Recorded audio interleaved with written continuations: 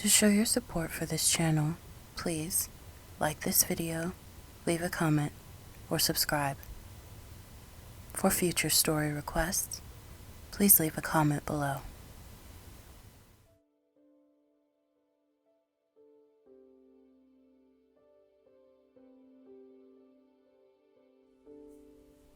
You are listening to Sleep Atlas. Hello, my dreamers and visionaries. Welcome to Sleep Atlas, the podcast where I, your narrator and host, help you, the listener, calm your mind, relax your body, and enter into sleep. Before we begin our story for the evening, let's first take a moment to breathe. Take a deep breath and hold for 5, 4, 3, 2, 1, and exhale. Take a deep breath in and hold for 5, 4, 3, 2, 1, and exhale. And once more, breathe in and hold for 5, 4, 3, 2, 1, and exhale. Our story for this evening was written by Marie Leprince de Beaumont and is titled Beauty and the Beast. The following text is in the public domain. There once was a very rich merchant who had 6 children, 3 sons and 3 daughters. Being a man of sense, he spared no cost for their education, but gave them all kinds of masters. His daughters were extremely handsome, especially the youngest.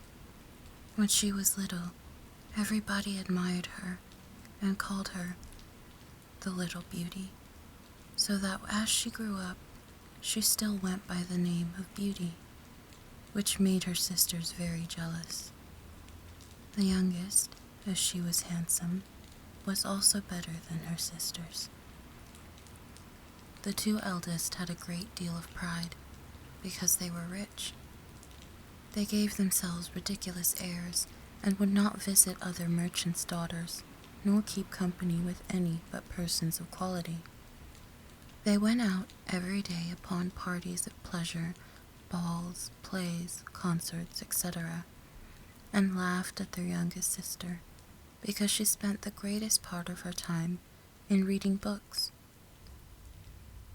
As it was known that they were to have great fortunes, several eminent merchants made their addresses known to them, but the 2 eldest said they would never marry unless they could meet with a duke, or earl at least. Beauty very civilly thanked them that courted her, and told them she was too young yet to marry, but chose to stay with her father a few years longer.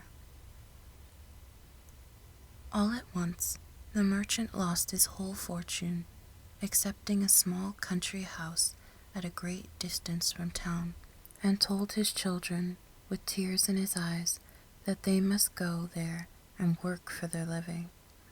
The 2 eldest answered that they would not leave the town, for they had several lovers who they were sure would be glad to have them, though they had no fortune. But in this they were mistaken, for their lovers slighted and forsook them in their poverty. As they were not beloved on account of their pride, everybody said, "They do not deserve to be pitied. We are glad to see their pride humbled." Let them go and give themselves quality airs in milking cows and minding their dairy. But, added they, we are extremely concerned for Beauty. She was such a charming, sweet-tempered creature, spoke so kindly to poor people, and was of such an affable, obliging disposition. Nay, several gentlemen would have married her, though they knew she had not a penny, but she told them that she could not think of leaving her poor father in his misfortunes, but was determined to go along with him into the country to comfort and attend to him. Beauty at first was sadly grieved at the loss of her fortune, but, she said to herself, were I to cry ever so much, that would not make things better. I must try to make myself happy without a fortune. When they came to their country house, the merchant and his 3 sons applied themselves to husbandry and tillage, and Beauty rose at 4 in the morning and made haste to have the house clean and breakfast ready for the family. In the beginning she found it very difficult, for she had not been used to work as a servant, but in less than 2 months she grew stronger and healthier than ever. After she had done her work, she read, played on the harpsichord, or else sung whilst she spun. On the contrary, her 2 sisters did not know how to spend their time. They got up at 10 and did nothing but saunter about the whole day, lamenting the loss of their fine clothes and acquaintances. Do but see our youngest sister, said they one to another. What a poor, stupid, mean-spirited creature she is, to be contented with such an unhappy situation. The good merchant was of a quite different opinion. He knew very well that Beauty outshone her sisters, in her person as well as her mind, and admired her humility, industry, and patience, for her sisters not only left her all the work of the house to do, but insulted her every moment. The family had lived about a year in this retirement, when the merchant received a letter with an account that had a vessel on board, of which he had effects, was safely arrived. This news had like to have turned the heads of the 2 eldest daughters, who immediately flattered themselves with the hopes of returning to town, for they were quite weary of a country life, and when they saw their father ready to set out, they begged of him to buy them new gowns, caps, rings, and all manner of trifles. But Beauty asked for nothing, for she thought to herself that all the money her father was going to receive would scarce be sufficient to purchase everything her sisters wanted. What will you have, Beauty? Asked her father. Since you are so kind as to think of me, answered she, be so kind as to bring me a rose, for as none grow hereabouts, they are kind of a rarity. Not that Beauty cared for a rose, but she asked for something, lest she should seem by her example to condemn her sister's conduct, who would have said she did it only to look particular. The good man went on his journey, but when he came there, they went to law with him about the merchandise, and after a great deal of trouble and pains to no purpose, he came back as poor as before. He was within 30 miles of his own house, thinking on the pleasure he should have in seeing his children again, when going through a large forest, he lost himself. It rained and snowed terribly. Besides, the wind was so high that it threw him twice off his horse, and night coming on, he began to apprehend being either starved to death with cold and hunger, or else devoured by the wolves, whom he heard howling all around him, when, on a sudden, looking through a long walk of trees, he saw a light at some distance, and going on a little farther, perceived it came from a palace, illuminated from top to bottom. The merchant returned God thanks for this happy discovery, and hasted to the palace, but was greatly surprised at not meeting with anyone in the out courts. His horse followed him, and seeing a large stable open, went in, and finding both hay and oats, the poor beast, who was almost famished, fell into eating very heartily. The merchant tied him up to the manger and walked towards the house, where he saw no one, but entering into a large hall, he found a good fire and a table plentiful set out, with but one cover laid. As he was wet quite through with the rain and snow, he drew near the fire to dry himself. "I hope," said he, "the master of this house or his servants will excuse the liberty I take. I suppose it will not be long before some of them appear." He waited a considerable time, till it struck 11, and still nobody came. At last he was so hungry that he could stay no longer, but took a chicken and ate it in 2 mouthfuls, trembling all the while. After this he drank a few glasses of wine, and growing more courageous, he went out of the hall and crossed through several grand apartments with magnificent furniture, till he came into a chamber which had an exceeding good bed in it, and as he was very much fatigued, and it was past midnight, he concluded it was best to shut the door and go to bed.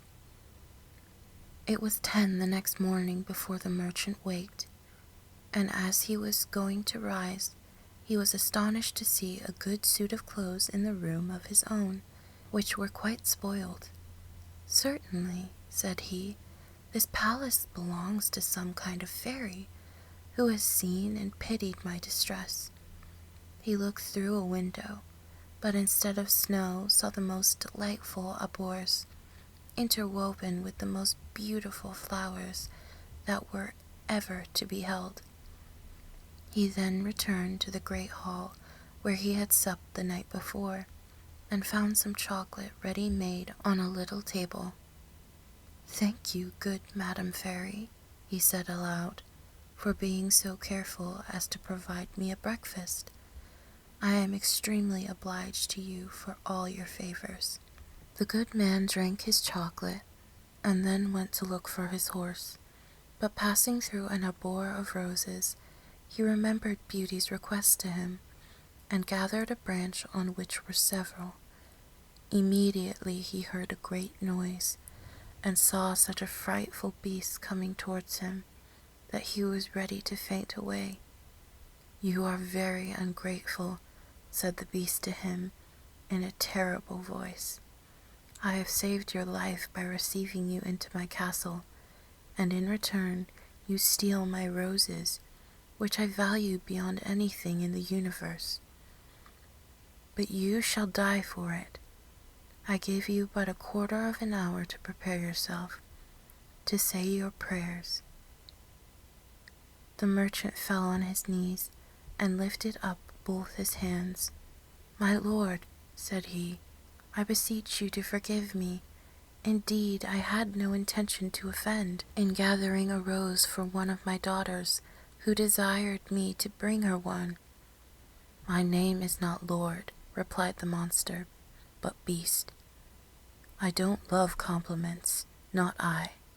I like people should speak as they think, and so do not imagine I am to be moved by any of your flattering speeches.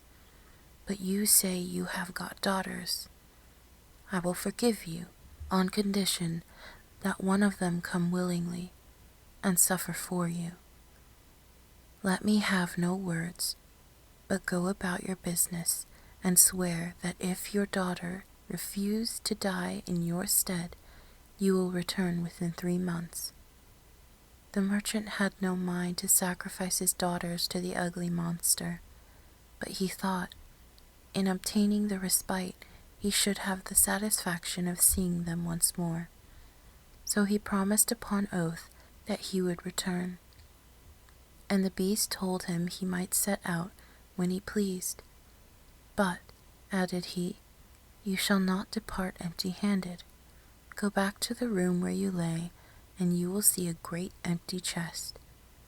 Fill it with whatever you like best, and I will send it to your home. And at the same time Beast withdrew. Well, said the good man to himself, if I must die, I shall have the comfort at least of leaving something to my poor children. He returned to the bedchamber, and finding a great quantity of broad pieces of gold, he filled the great chest the beast had mentioned, locked it, and afterwards took his horse out of the stable, leaving the palace with as much grief as he had entered. The horse, of his own accord, took one of the roads of the forest, and in a few hours the good man was at home. His children came round to him, but instead of receiving their embraces with pleasure, he looked on them, and holding up the branch he had in his hands, he burst into tears. Here, Beauty, said he, take these roses, but little do you think how dear they are like to cost your unhappy father. And then related his fatal adventure. Immediately the two eldest set up lamentable outcries, and said all manner of ill-natured things to Beauty, who did not cry at all. Do but see the pride of that little wretch, said they. She would not ask for fine clothes as we did, but no, truly miss, wanted to distinguish herself, so now she will be the death of our poor father, and yet she does not so much as shed a tear. Why should I? Answered Beauty. It would be very needless, for my father shall not suffer upon my account. Since the monster will accept one of his daughters, I will deliver myself up to all his fury, and I am happy in thinking that my death will save my father's life, and be proof of my tender love for him. No, sister, said her three brothers, that shall not be. We will go and find the monster, and either kill him or perish in the attempt. Do not imagine any such thing, my sons, said the merchant. Beast's power is so great that I have no hopes of your overcoming him. I am charmed by Beauty's generous offer, but I cannot yield to it. I am old, and have not long to live, so can only lose a few years, which I regret for your sakes alone, my dear children. Indeed, father, said Beauty, you shall not go to the palace without me. You cannot hinder me from following you. It was to no purpose all they could say. Beauty still insisted on setting out for the fine palace, and her sisters were delighted at it, for her virtue and amiable qualities made them envious and jealous. The merchant was so afflicted at the thoughts of losing his daughter that he had quite forgotten the chest full of gold. But at night, when he retired to rest, no sooner had he shut his chamber door than to his great astonishment he found it by his bedside. He was determined, however, not to tell his children that he had grown rich, because they would have wanted to return to town, and he was resolved not to leave the country. But he trusted Beauty with the secret, who informed him that two gentlemen came in his absence and courted her sisters. She begged her father to consent to the marriage.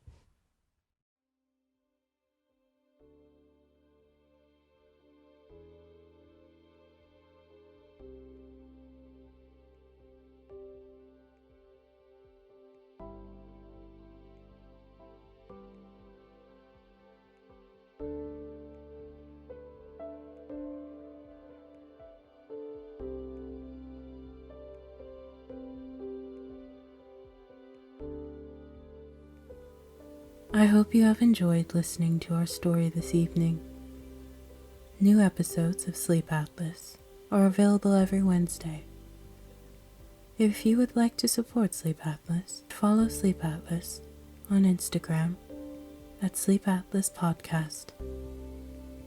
Listeners can follow your host and narrator, Rebekah Badal, on Instagram at Becca, BEKAH, _Battle, BATTLE. Thank you for listening.